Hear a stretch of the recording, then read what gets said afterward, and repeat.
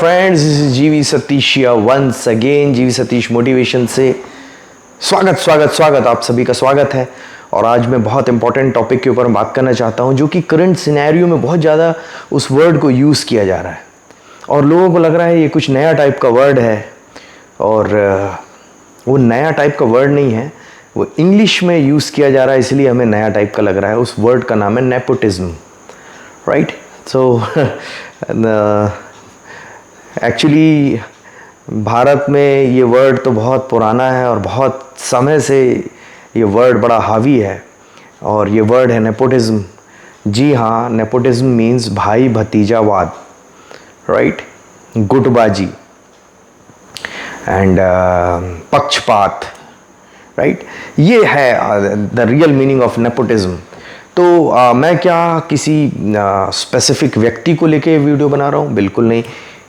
क्या मैं किसी मुद्दे को लेकर ये वीडियो बना रहा हूँ? बिल्कुल नहीं। मैं ओवरऑल नेपोटिज्म को लेकर ये वीडियो बना रहा हूँ कि नेपोटिज्म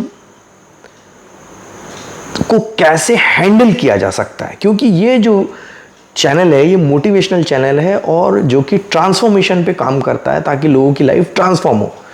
तो हम किसी विशेष मुद्दे पे बात ना करते हुए, क्योंकि उस मुद्दे को बहुत लोग कवर कर रहे हैं, हम बात करें कि नेपोटिज्म को हैंडल किया कैसे जाता है, राइट। कैसे हैंडल कर सकते हैं। और क्या नेपोटिज्म सिर्फ बॉलीवुड में है? ऐसा बिल्कुल नहीं है।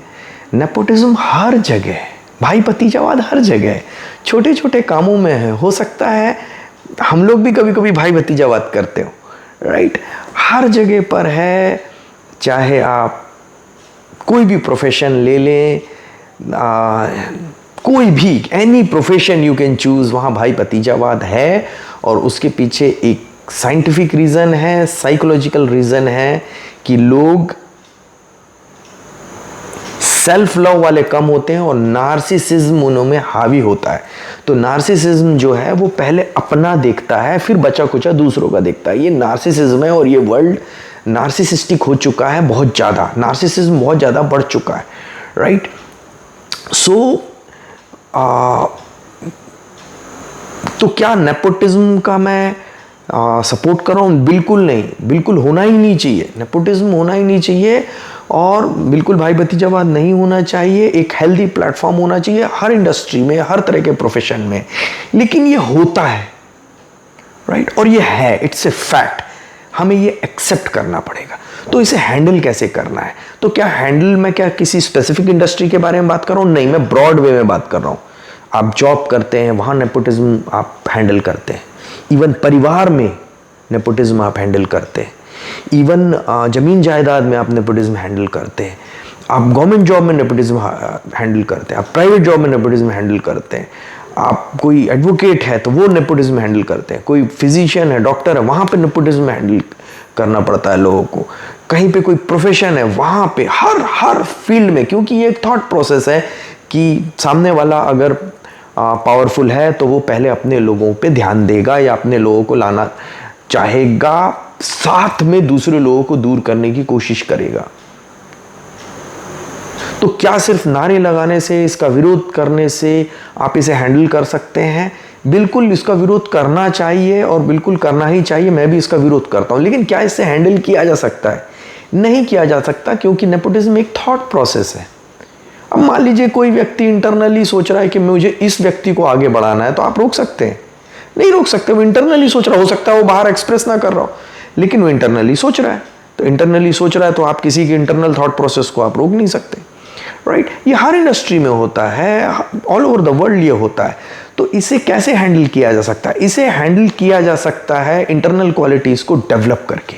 जी हाँ, जो इस मोटिवेशनल चैनल का गोल है कि नेपोटिज्म आपको हर कदम में आपको लाइफ में हैंडल करना पड़ेगा, खासकर बिगिनर्स लोगों को, खासकर ऐसे लोग जिनका फैमिली बैकग्राउंड नहीं रहा है, खासकर ऐसे लोग जो काफ़ी स्ट्रगल करके वहाँ तक पहुँचे। तो फ्रेंड, इसे हैंडल करने के लिए पहले हमें समझना पड़ेगा कि हमारे लाइफ में दो तरह के थॉट प्रोसेस है। एक तो है विक्टिम और दूसरा है क्रिएटर। विक्टिम थॉट प्रोसेस वो होता है जिसमें कि बाहर की दुनिया हमें कंट्रोल करती है।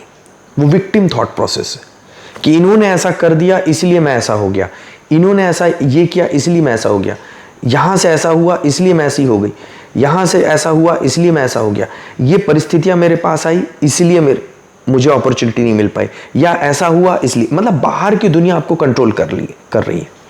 तो जब आपकी बाहर की दुनिया आपको कंट्रोल करती है तो आप हो जाते हैं विक्टिम, राइट। जबकि ऊपर वाले ने हमें एज ए क्रिएटर भेजा है। क्रिएटर भेजा है का मतलब बाहर की दुनिया, मैं जो क्रिएट करना चाहता हूं वो मुझे करने से नहीं रोक सकती, क्योंकि मेरे इंटरनल वर्ल्ड को एक्सटर्नल वर्ल्ड कंट्रोल नहीं कर सकता। कोई लोग, कोई परिस्थिति, कोई व्यक्ति मेरे इंटरनल वर्ल्ड को डिस्टर्ब कर सकता है लेकिन कंट्रोल नहीं कर सकता। हाँ, कंट्रोल कर सकता है अगर मैंने सीखा नहीं है कि मैं विक्टिम हूं कि क्रिएटर हूं। अगर मुझे पता है कि मैं क्रिएटर हूं तो मैं अपना एनवायरनमेंट जो है अपने थॉट प्रोसेस से न्यू एनवायरनमेंट क्रिएट कर सकता हूं, न्यू जो है परिस्थितियां मैं क्रिएट कर सकता हूं। क्योंकि कोई व्यक्ति हमारे प्रोफेशन में हस्तक्षेप कर सकता है, हमारी इनकम में हस्तक्षेप कर सकता है, लेकिन हमारे मेंटल इमेजिनेशन में हस्तक्षेप नहीं कर सकता। हमें जो इमेजिन करना है, दुनिया की कोई ताकत उस इमेजिनेशन को टच भी नहीं कर सकती, because it's your property, right. और जब आप इंटरनल क्वालिटीज आपके अंडर में होती है, जब कंट्रोल में होती है, तो बाहरी दुनिया आपको टच भी नहीं कर सकती, बिकॉज आप बहुत साउंड, बहुत पावरफुल तरीके से इंटरनली पॉजिटिव होते हैं आप। That is the only way to handle it. Otherwise बाहर की दुनिया जो है, अगर आप ये सोचने लगेंगे तो आप कहीं ना कहीं विक्टिम बन जाएंगे, और विक्टिम बन के आप नेपोटिज्म को, भाई भतीजावाद को हैंडल नहीं कर सकते।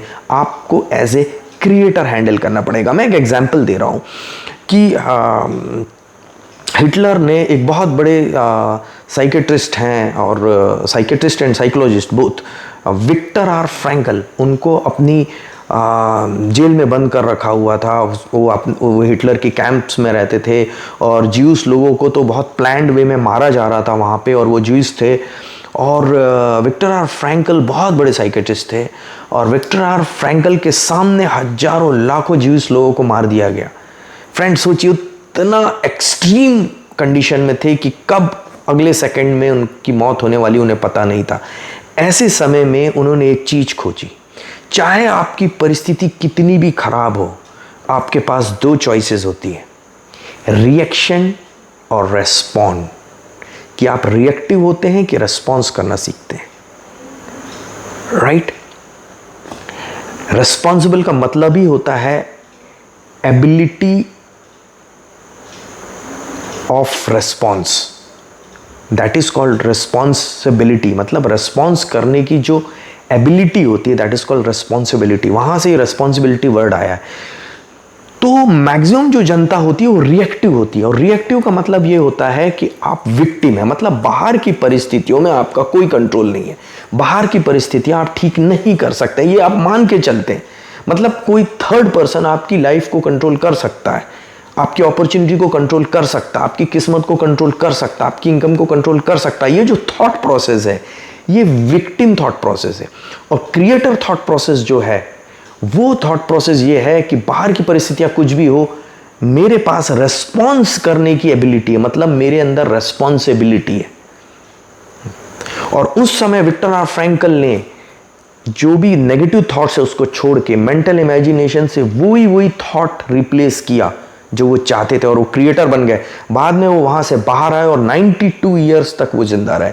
उनकी बुक है Man Search for Meaning by Victor R Frankl. आप 10 बार पढ़िए, 8 बार पढ़िए, 20 बार पढ़िए, 100 बार पढ़िए, it will change our lifes. ये हमारी पूरी जिंदगी बदल देगी। Man Search for Meaning by Victor R Frankl. उसमें क्लियरली उन्होंने पूरा अपना बताया हुआ है कि एक चीज बताई है कि कैसे उन्होंने सीखा कि रिएक्शन की जगह हमें रेस्पॉन्स कैसे करना वो सीखना है। और जब हम इंटरनल क्वालिटीज डेवलप करते हैं तो हम रिएक्टिव की जगह रेस्पॉन्स लेना सीख लेते हैं।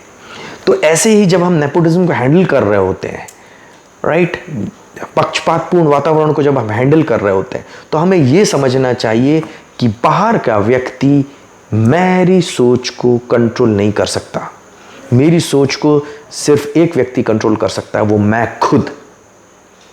और जब आप ऐसे सोचते हैं तो इमीडिएटली सिचुएशन आपके कंट्रोल में आ जाती है, क्योंकि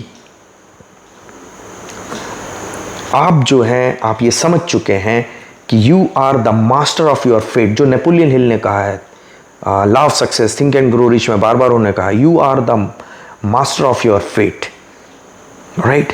because God has given you a power, ability to control our thoughts.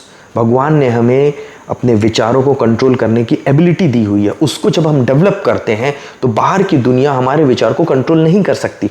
तो इसका मतलब यह है कि जब कोई मेरे विचारों को कंट्रोल नहीं कर सकता तो मैं नेपोटिज्म का शिकार नहीं हो सकता, क्योंकि मुझे पता है कि बाहर की दुनिया में अपॉर्चुनिटी नहीं है, अपॉर्चुनिटी मेरे अंदर है, right? So we should learn कि कैसे हैंडल करना है, राइट?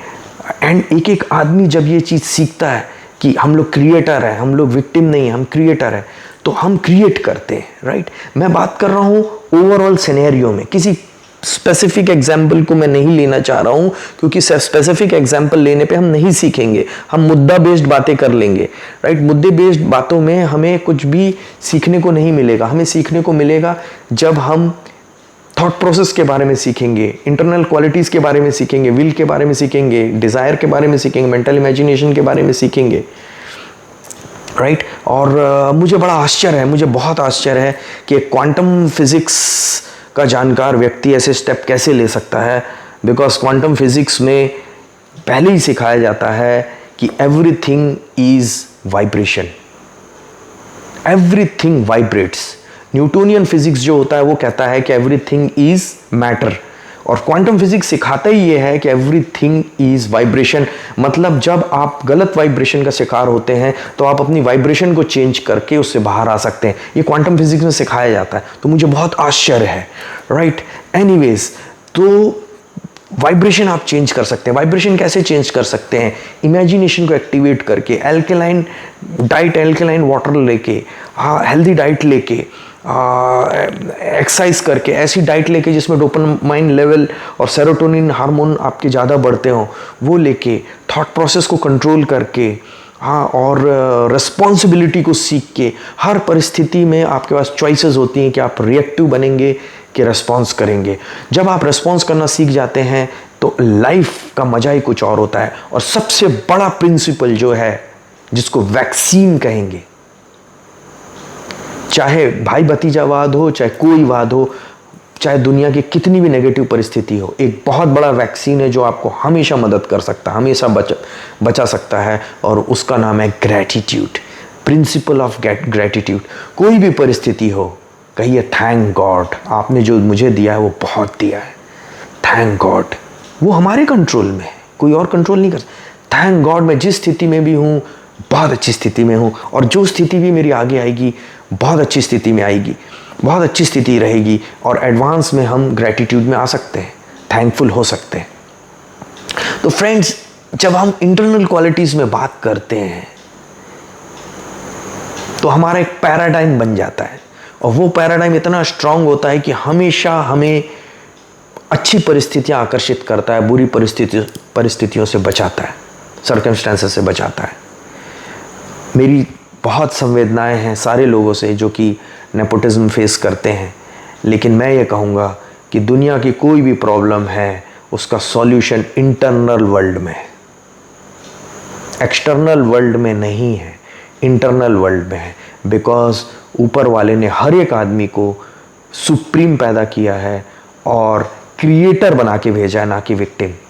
जब आप क्रिएटर एज ए क्रिएटर काम करते हैं तो आपको पता है कि आप अपने सक्सेस खुद क्रिएट कर सकते हैं, आप अपने सर्कमस्टेंसेस खुद क्रिएट कर सकते हैं, आप अपना एम्पायर खुद क्रिएट कर सकते हैं, आप अपना थॉट प्रोसेस खुद क्रिएट कर सकते हैं। जब आप ये चीज़ें सीख लेते हैं तो आप कंट्रोल में आ जाते हैं। जब आप कंट्रोल में आ जाते हैं तो ऑटोमेटिकली यूनिवर्स आपको हेल्प करता है। All the very best, stay positive, stay blessed, peace. GV Satish motivation से करिए शेयर करिए, सब्सक्राइब करिए। All the very best, bye bye.